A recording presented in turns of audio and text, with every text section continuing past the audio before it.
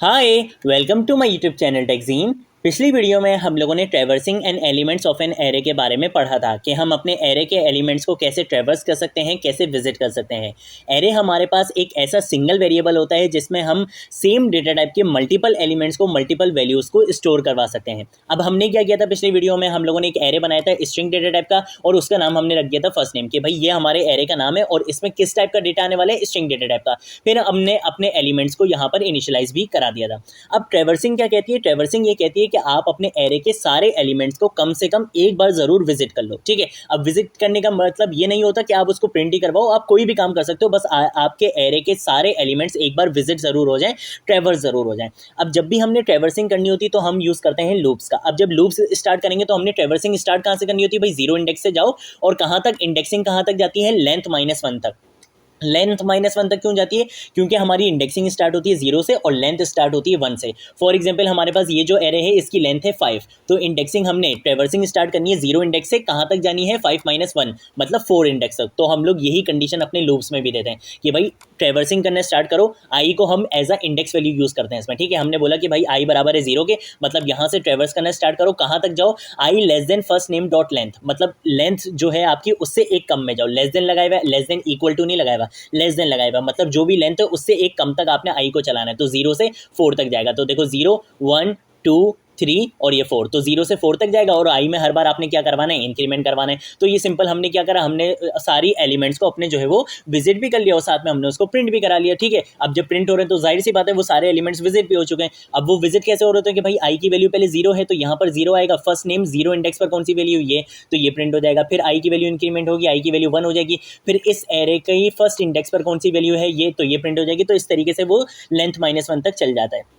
अब हमने ये भी देखा था कि अगर हमने एरे के एलिमेंट्स को रिवर्स ऑर्डर में प्रिंट करवाना हो, मतलब यहाँ से प्रिंट करवाना हो, इस उसमें प्रिंट करवाना हो, रिवर्स ऑर्डर में प्रिंट करवाना हो, तो हम कैसे करेंगे? तो हमने ट्रैवर्सिंग स्टार्ट करनी होगी यहाँ से, एंड से। तो इसकी इंडेक्स वैल्यू क्या होती है? लेंथ -1। तो हम यहाँ पर इनिशियलाइज क्या करवाएंगे कि आई की वैल्यू है लेंथ -1 और चलाना कहाँ तक है? आई की वैल्यू 0 तक, इंडेक्सिंग 0 तक। तो हमने बोल दिया कि भाई कहाँ तक चलाओ जब तक आई की वैल्यू 0 ना हो जाए, और आई में क्या करवाते रहो? डिक्रीमेंट कराते रहो। तो हमने ये भी देख लिया था कि हम अपने एरे के एलिमेंट्स को रिवर्स ऑर्डर में कैसे प्रिंट करवा सकते हैं। फिर हमने एक नए लूप के बारे में पढ़ा था जो था हमारा फॉर ईच लूप। और फॉर ईच लूप ये कहता है कि भाई आपको अगर एरे के एलिमेंट्स ही प्रिंट करवाने ना, तो आपको इतनी लंबी करने की जरूरत नहीं है कि आप इंडेक्सिंग का कॉन्सेप्ट यूज करो, आप लेंथ -1 दो, कुछ भी आपको इतनी कंडीशंस देने की जरूरत नहीं है।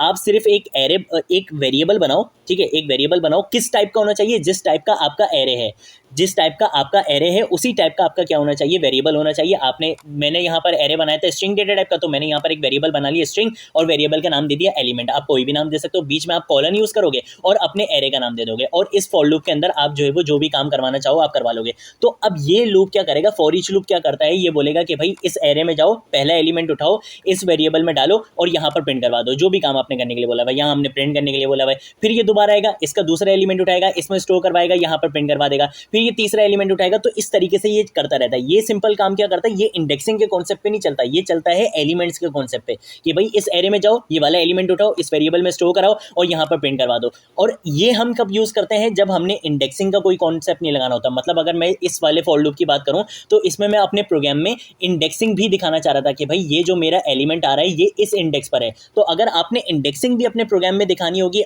ऐसा आपके पास कोई सिचुएशन आ जाती है कि आपको इंडेक्सिंग की नीड है, आपको जरूरत है इंडेक्सिंग की, तो आप ये वाला फॉर लूप लगाओगे। लेकिन अगर आप चाहते हो कि भाई मेरे एलिमेंट्स जल्दी से बस मुझे मिल जाएं, एक्सेस हो जाए, ट्रैवर्स हो जाए, मुझे इंडेक्सिंग वगैरह से कोई लेना देना नहीं है, तो फिर आप फॉर ईच लूप का यूज़ कर सकते हो, क्योंकि इसमें आपको इंडेक्सिंग वगैरह देने की ज़रूरत नहीं है। ये एक एक करके आपके एरे के एलिमेंट्स को उठाता रहेगा, एक वेरिएबल में स्टोर कराएगा और उसी को प्रिंट करवा देगा, जो भी काम आपने करने के लिए बोला होगा। तो ये सारी चीज़ें हमने पिछली वीडियो में बहुत अच्छे से डिटेल में कवर कर ली थी। आज भी हमारा एरे से रिलेटेड ही एक कॉन्सेप्ट है, तो आज भी हम इन सारी चीज़ों को देखने वाले हैं। जब भी मैंने अच्छे से रिवाइज करवा दिया है कि अगर कोई चीज़ पिछली वीडियो में किसी की मिस हो गई है तो वो इस वीडियो में उसको अच्छे से समझ आ जाएगी। आज की वीडियो का जो हमारा टॉपिक है वो है मल्टी डायमेंशनल एरे का। अब आप बोलोगे यार ये मल्टी डायमेंशनल एरे क्या चीज़ होती है, ये किस तरीके से बनता है? देखो सारी चीज़ें दिखाता हूँ। देखो सबसे पहले तो अगर मैं आपको बात करूँ, हम आ जाते हैं यहाँ पर मल्टी डायमेंशनल एरे पे। मैं अगर यहाँ पर बात करूँ और मैं बोलूँ कि भाई मल्टी डायमेंशनल एरे होते क्या हैं? मल्टी डायमेंशनल एरे का मतलब होता है एन एरे ऑफ एरेज। मतलब आप जब यहाँ पर आओ, आप यहाँ पर आते हो और यहाँ पर जब आपने एरे एक डिफाइन करा था तो इस एरे के अंदर आपको डायरेक्ट अपने एलिमेंट्स मिल रहे थे। ऐसा ही है, एक ही एरे था उसके अंदर आपको डायरेक्ट क्या मिल रहे थे? एलिमेंट्स मिल रहे थे। लेकिन मल्टी डायमेंशनल एरे क्या कहता है, मल्टी डायमेंशनल एरे ये कहता है कि आपको एरे के अंदर डायरेक्ट एलिमेंट्स नहीं मिलेंगे, वो एलिमेंट्स भी इटसेल्फ क्या होंगे, एक एरे होंगे। मतलब इस तरीके से होगा कि ये एक एरे है। अब इस एरे के अंदर यहाँ पर डायरेक्ट आपको एलिमेंट्स या वैल्यूज़ नहीं मिलेंगी, यहाँ पर भी आपको क्या मिल रहा होगा, एक एरे मिल रहा होगा। तो एरे ऑफ एरे क्या कहलाता है, मल्टी डायमेंशनल एरे। अब एक एरे के अंदर एक एरे है सिर्फ, तो वो क्या कहलाएगा, 2D एरे। टोटल 2 एरे हो गए ना, एक एरे के अंदर एक एरे, तो टोटल 2 एरे हो गए, तो 2D एरे कहलाएगा। और अगर उस एरे के अंदर भी एक और एरे, तो टोटल कितने एरे हो गए, 3 एरे, तो वो क्या कहलाएगा, 3D एरे। तो इस तरीके से आप जितने डायमेंशनल का एरे बनाना चाहो आप बना सकते हो। यही चीज़ मैंने यहाँ पर भी लिखी हुई है कि each element of a multi dimensional array is an array itself, कि वो जो एलिमेंट होगा वो खुद भी इटसेल्फ क्या होगा, एक एरे होगा। अब इसका यूज़ कहाँ होता है, जब भी हमने कुछ ऐसा आउटपुट दिखाना होता है ना कि हम रॉज एंड कॉलम्स की फॉर्म में, टेबुलर फॉर्म में अगर हम कोई भी डेटा स्टोर कराना चाहते हैं, ठीक है, डेटा जो है वो डिस्प्ले कराना चाहते हैं, तो हमारे लिए सबसे बेस्ट ऑप्शन क्या है कि हम मल्टी डायमेंशनल एरे का यूज़ करें। एज अ बिगिनर आप 2D एरे से आगे नहीं बढ़ोगे, बहुत भी हो गया तो आप 3D एरे पर जा सकते हो, इससे ज़्यादा आगे आप नहीं बढ़ोगे, ठीक है। तो हम भी आज जो है वो 2D एरे को बहुत अच्छे से देखेंगे और एक 3D एरे का भी प्रोग्राम मैं आपको अच्छे से समझा दूंगा और कुछ बेस्ट प्रैक्टिसेस भी बता दूंगा, कुछ टिप्स एंड ट्रिक्स भी बता दूंगा बनाने की। तो फिर आप in future 4D array 5D array भी बना लोगे। लेकिन टू बी ऑनेस्ट आप 3D एरे से आगे नहीं बढ़ोगे, बहुत भी हुआ तो आप 3D एरे पर आओगे, वरना ज़्यादातर काम आप 2D एरे पर ही कर लोगे, ठीक है। अब समझते हैं सबसे पहले 2D एरे को। देखो 2D एरे बनाने का सबसे ज़बरदस्त तरीका क्या है कि भाई आपने अपनी डेटा टाइप दी यहाँ पर, फिर आपने दो यहाँ पर स्क्वायर ब्रैकेट यूज़ करोगे। जब आप 1D एरे बना रहे थे, ये हमारा क्या था, 1D एरे था कि भाई आपका एरे है और डायरेक्ट आपको एलिमेंट मिल रहे हैं। लेकिन यहाँ पर हम बनाने वाले हैं 2D एरे, तो यहाँ पर हम क्या यूज़ करेंगे, दो स्क्वायर ब्रैकेट यूज़ करेंगे। यहाँ हम अपने एरे का नाम दे देंगे, असाइनमेंट ऑपरेटर, न्यू, इंट, और यहाँ पर हम दोबारा क्या यूज़ करेंगे, दो स्क्वायर ब्रैकेट यूज़ करेंगे। अब इन स्क्वायर ब्रैकेट में हम क्या देते थे, मेमोरी एलोकेट करवाते थे। अब ये जो मेमोरी एलोकेशन हो रही है ये होती है रॉज एंड कॉलम्स की फॉर्म में। ये जो पहली वाली स्क्वायर ब्रैकेट है ये हमेशा होती है रॉज के लिए, ये चीज़ याद रखना एज अ बिगिनर, ये चीज़ ज़रूर याद रखना कि ये जो पहली वाली स्क्वायर ब्रैकेट है ये होती है रॉज के लिए। इसमें आप बताते हो कि आपके एरे में कितनी रॉज आने वाली है, नंबर ऑफ रॉज कितनी आने वाली है, रॉज की लेंथ बताते हो। और दूसरी वाली स्क्वायर ब्रैकेट में आप बताते हो कि नंबर ऑफ कॉलम्स कितने आने वाले हैं, ठीक है। ये चीज़ होती है आपकी।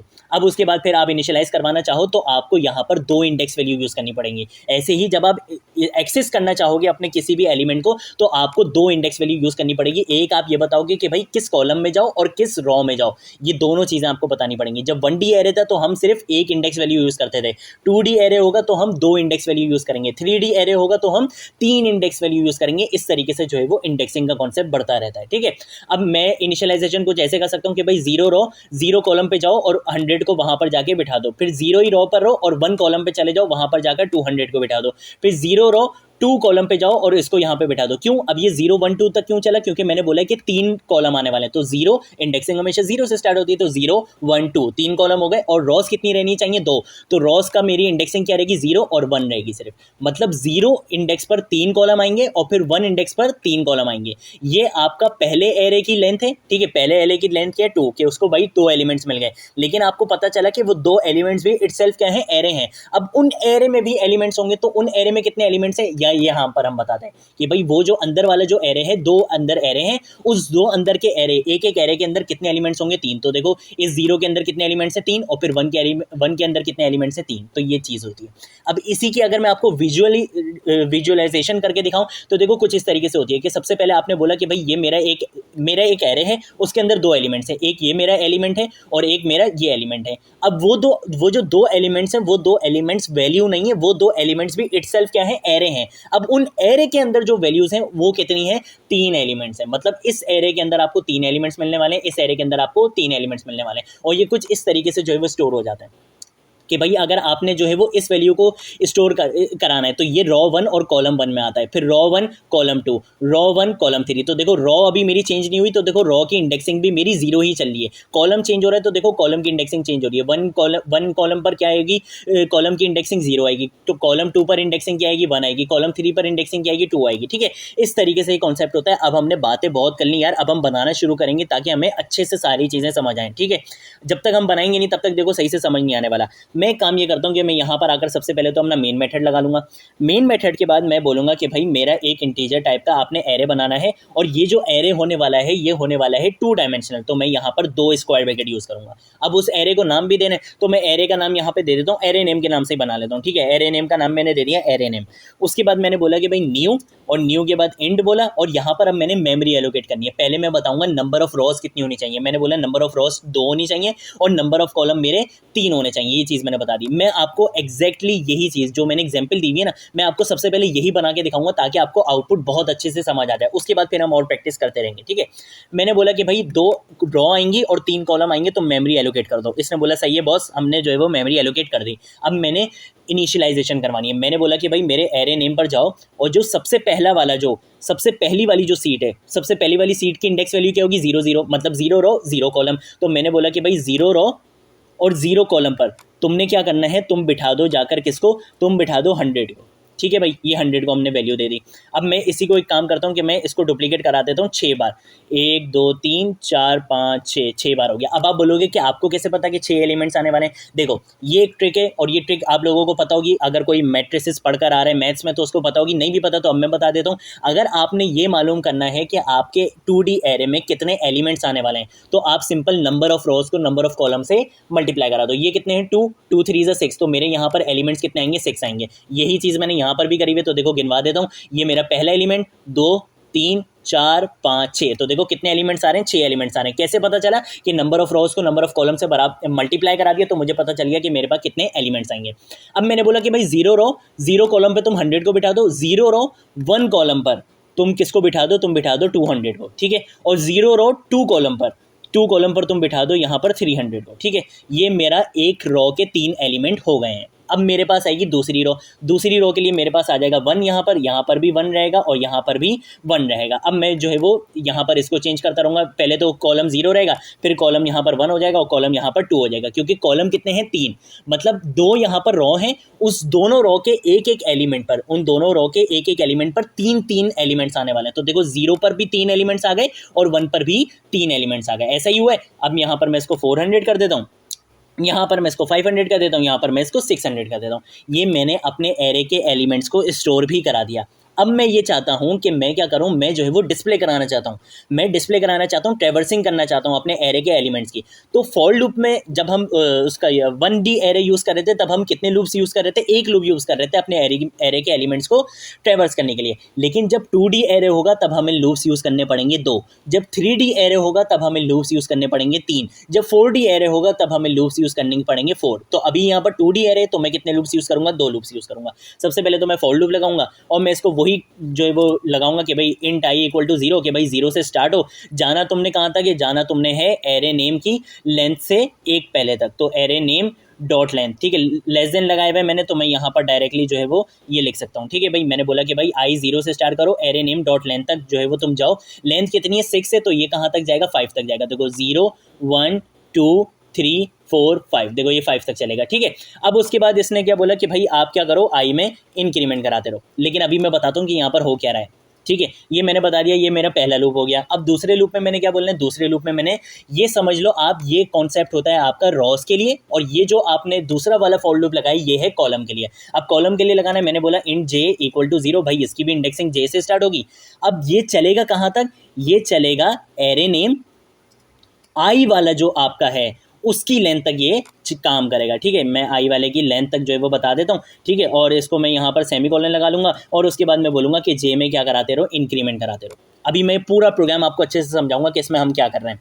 उसके बाद मैंने बोला कि भाई साउट क्या करवा दो, तुमने जो है वो प्रिंट करवाना है। और यहाँ पर मैं एलन यूज़ नहीं करूँगा, ये इसकी मैं वजह बताता हूँ क्यों नहीं यूज़ करूँगा। और मैं यहाँ पर बोल दूँगा कि भाई एरे नेम के जो मेरे एलिमेंट्स हैं, अब मैंने जब एक्सेस करना होगा तब भी मैंने आपको क्या बताया कि मुझे दोनों चीज़ें देनी पड़ेंगी, नंबर ऑफ रोज भी, रो का इंडेक्स भी देना पड़ेगा और कॉलम का इंडेक्स भी। जैसे अगर मैं आपको यहाँ चल के दिखाऊँ तो अगर जैसे मुझे 300 को एक्सेस करना है तो मुझे रॉ भी देनी पड़ेगी और कॉलम का इंडेक्स भी देना पड़ेगा, दोनों देने पड़ेंगे। तो यही काम मैं यहाँ पे करूँगा कि यहाँ पर मैं रॉ के लिए मैं क्या यूज़ कर रहा हूँ i, और कॉलम के लिए मैं क्या यूज़ कर रहा हूँ j को यूज़ कर रहा हूँ। तो मैं यहाँ पे लिख दूंगा j, ठीक है।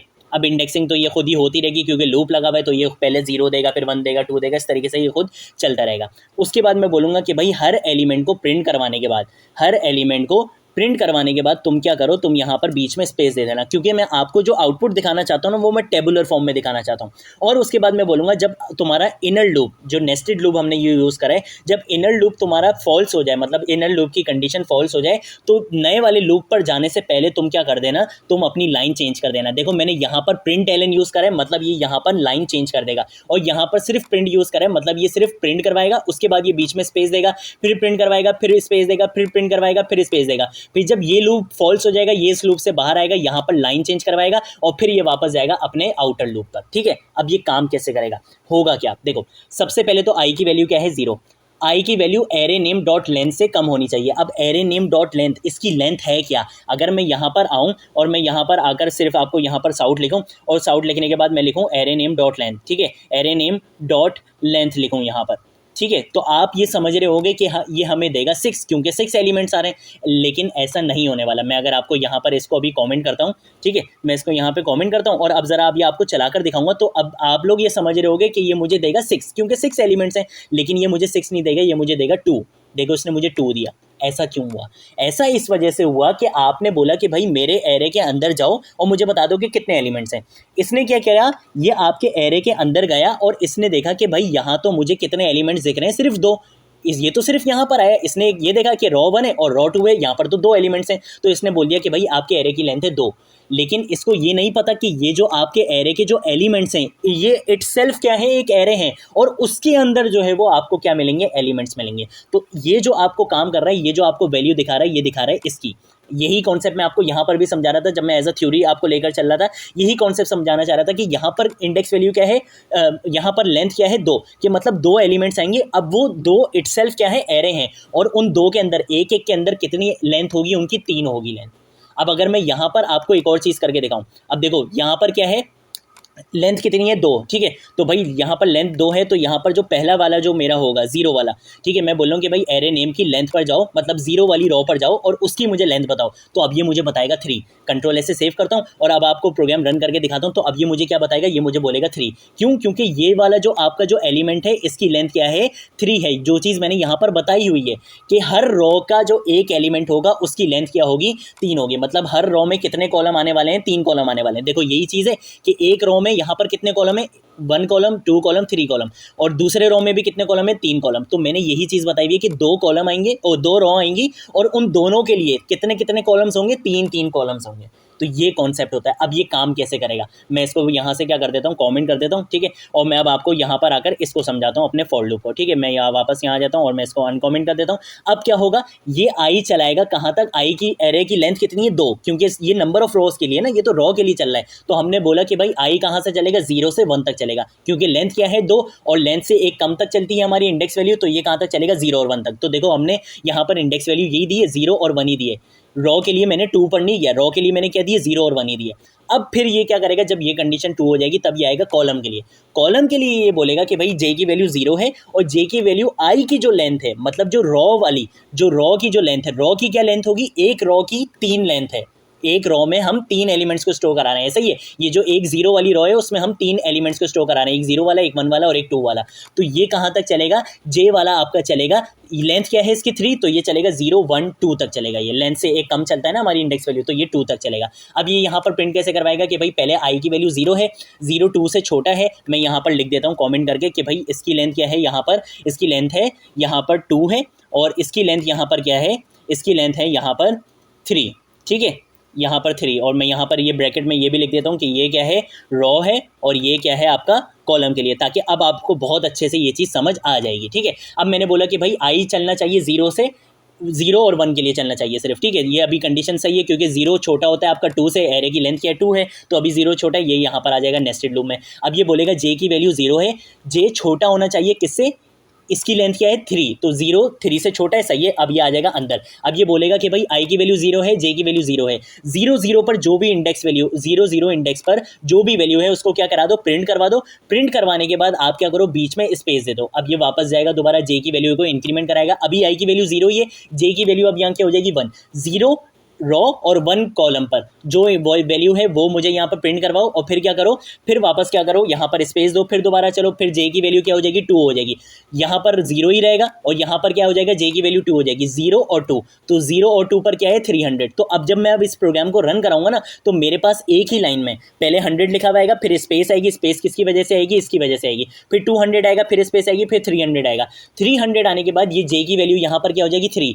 क्या 3 छोटा है 3 से, नहीं, कंडीशन हो गई फॉल्स। जैसी कंडीशन फॉल्स होगी ये इस लूप से बाहर आएगा, इसको मिलेगा प्रिंट एलन। प्रिंट एलन का मतलब नेक्स्ट लाइन में चले जाओ, ये लाइन चेंज कर देगा। चेंज करने के बाद ये आएगा अपने आउटर लूप पर। अब आई की वैल्यू यहाँ पर क्या हो जाएगी, आई की वैल्यू हो जाएगी 1। अब 1 हुई, 1 यहाँ पर क्या है, छोटा है किससे, 2 से, हाँ भाई कंडीशन 2 है।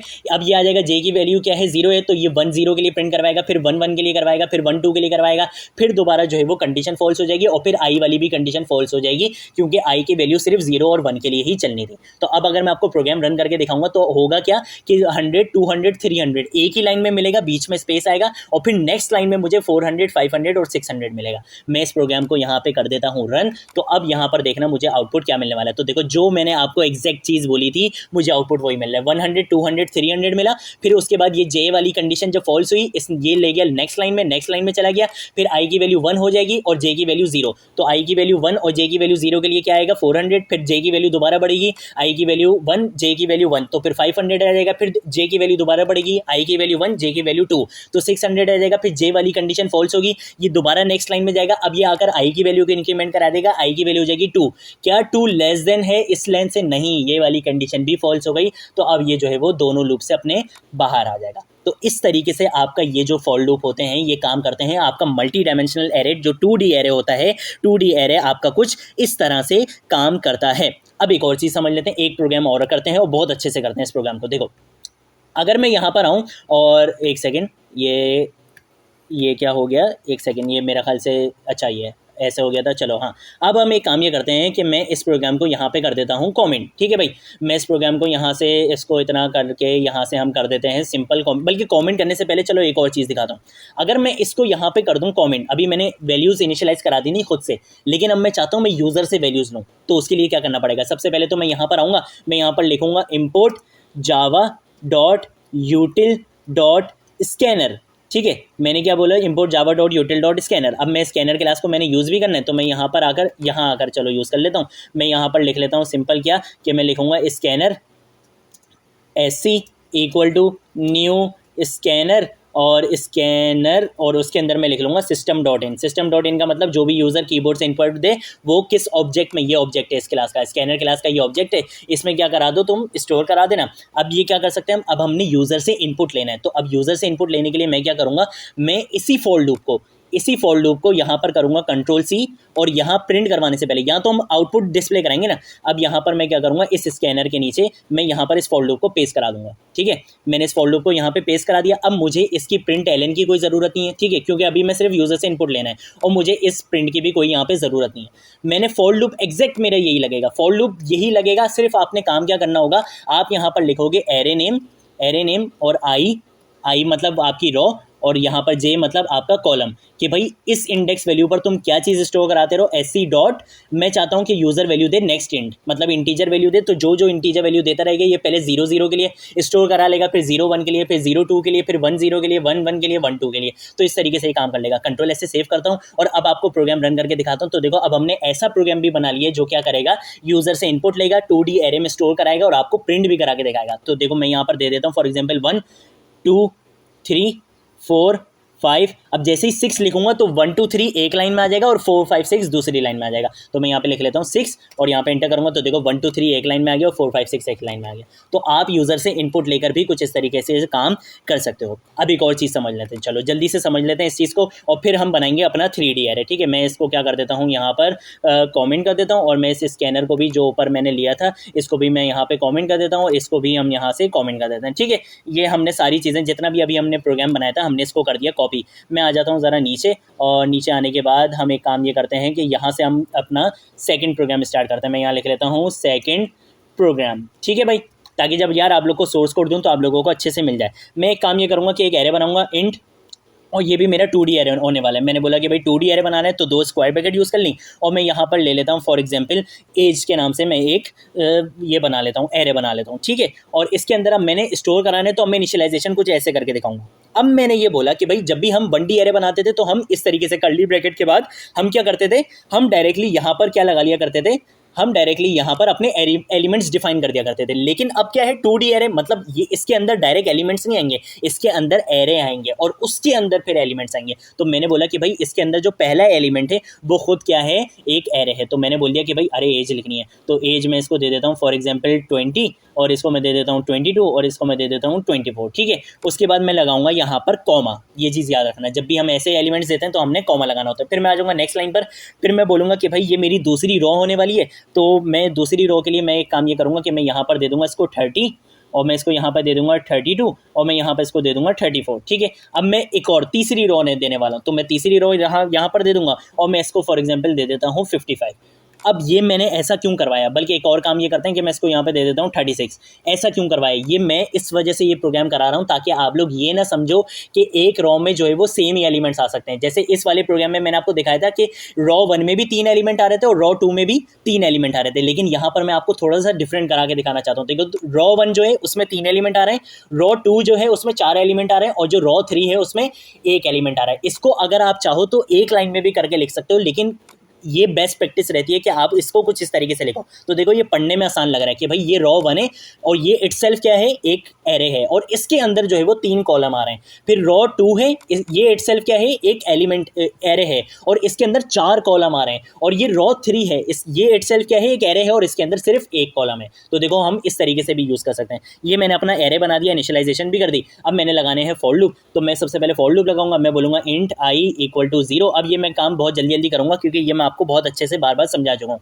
आई को मैंने चलाना है भाई इसकी लेंथ तक, ठीक है, एज डॉट लेंथ, कि भाई एज की जो भी लेंथ है तुमने इसको कहाँ तक चलाना है, वहां तक चलाना है, और आई में तुम बार बार क्या करवाते रहो भाई, इंक्रीमेंट कराते रहो, ठीक है भाई। अब ये जो है ये मेरा एज अ रॉ काम करेगा। अब मैंने कॉलम के लिए लगाना है, तो कॉलम के लिए मैं क्या लगाऊंगा, फॉर लूप यूज करूंगा, और मैं यहाँ पर दे दूंगा इंट जे इक्वल टू 0, कि भाई जे को 0 से चलाओ। और जे को चलाना कहाँ तक है तुमने, जे को तुमने चलाना है, मैं यहाँ पर दूंगा लेस देन, और एज के अंदर जो आई वाला है, मतलब एक एक रॉ के जितने जितने कॉलम्स हैं तुमने उसकी लेंथ तक इसको चलाना है। तो मैं यहाँ पर इसको डॉट लेंथ लिखूंगा, ठीक है, और लेंथ लिखने के बाद मैं यहाँ पे सेमीकोलन लगाऊंगा और जे में मैं इंक्रीमेंट करा दूंगा, ठीक है।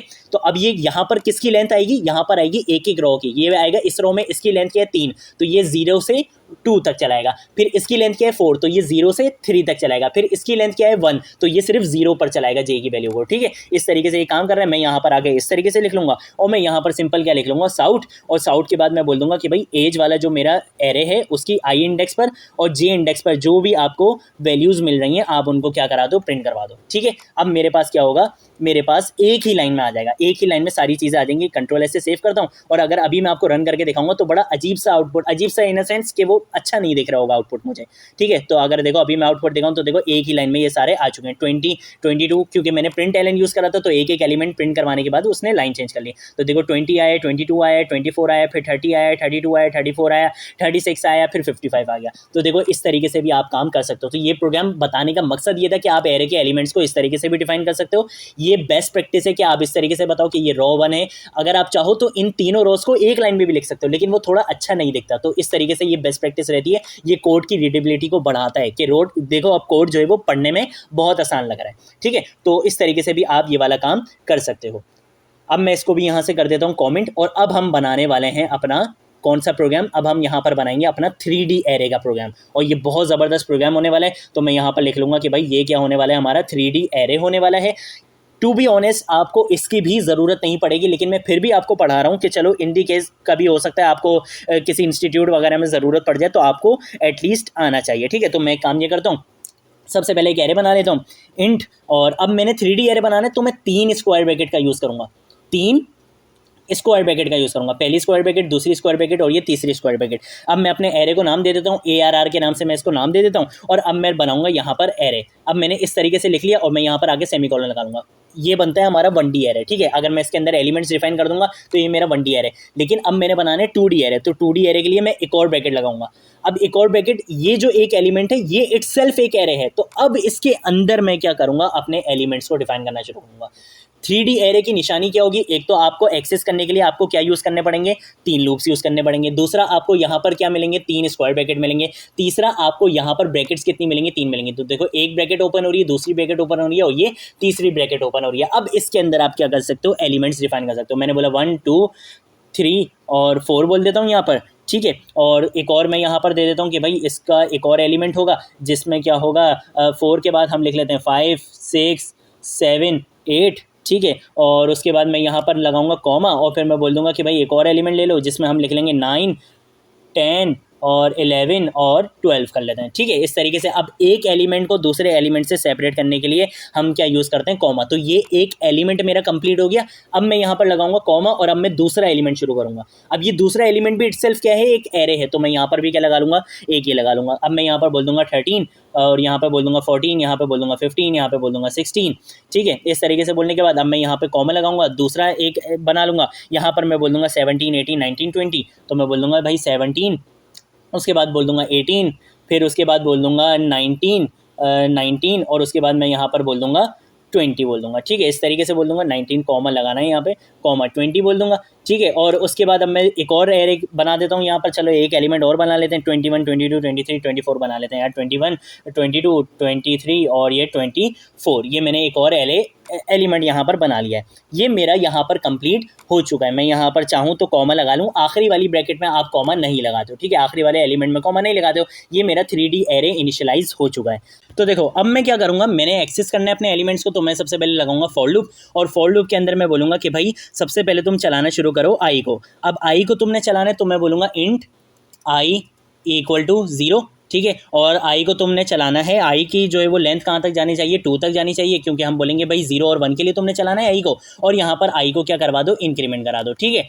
उसके बाद मैं क्या करूँगा, दूसरा फॉर लूप लगाऊंगा और दूसरे फॉर लूप में मैं बोलूँगा कि भाई इंट जे इक्वल टू 0 और जे की जो लेंथ है, जे की लेंथ है आपकी, जे की लेंथ जा रही है आपकी 3 तक, है ना। 3 रोज है, मैं यहाँ पर अगर आपको दिखाऊँ तो देखो मेरे पास क्या है, 3 है, 1 2 3, ये 3 एलिमेंट्स हैं, ये 3 एलिमेंट्स हैं, ठीक है। तो इन ये 3 एलिमेंट्स भी आपस में क्या है, एक एरे है, इटसेल्फ एक एरे है। तो मैं यहाँ पर बोलूँगा कि भाई जे की जो लेंथ है वो क्या है, 3 है, तो मैं बोलूँगा कि भाई जे की जो लेंथ है वो 3 है, तो तुमने 3 से पहले तक चलाना है और जे को तुम क्या करते रहो, इंक्रीमेंट कराते रहना। और उसके बाद अब मैं लगाऊंगा तीसरा फॉर लूप और इसके अंदर अब मैं अपने एलिमेंट्स को बता सकता हूँ। तो मैं बोलूँगा कि भाई इंट के इक्वल टू 0, के को तुमने 0 से इनिशियलाइज करा दिया और के को तुमने कहाँ तक चलाना है, यहाँ पर के की लेंथ क्या दी हुई है हमने 4, हर एलिमेंट में कितने, हर एरे में कितने एलिमेंट्स हैं, 4, तो मैं बोलूँगा कि भाई के को तुमने 3 तक चलाना है, 0 से 3 तक, तो मतलब 4 एलिमेंट्स हो गए और के को इंक्रीमेंट करते रहना तुम, सिंपल ये चीज़ मैंने बोल दी। अब इसके बाद मैं क्या करूँगा, मैं यहाँ पर आकर लिख सकता हूँ, मैं यहाँ पर आकर लिखूँगा साउट और देखो इस बार आउटपुट बहुत ज़बरदस्त दिखाने वाला हूँ। देखो सबसे पहले मैं बोलूँगा कि भाई ये जो मेरा ARR वाला एरे है इसको तुम दिखाना शुरू करो, इसकी ब्रैकेट दिखाना, और मैं चाहता हूँ कि साथ साथ इंडेक्स वैल्यू भी आए। तो देखो इंडेक्स वैल्यू कैसे लाऊंगा, सबसे पहले आई की इंडेक्स वैल्यू लानी पड़ेगी,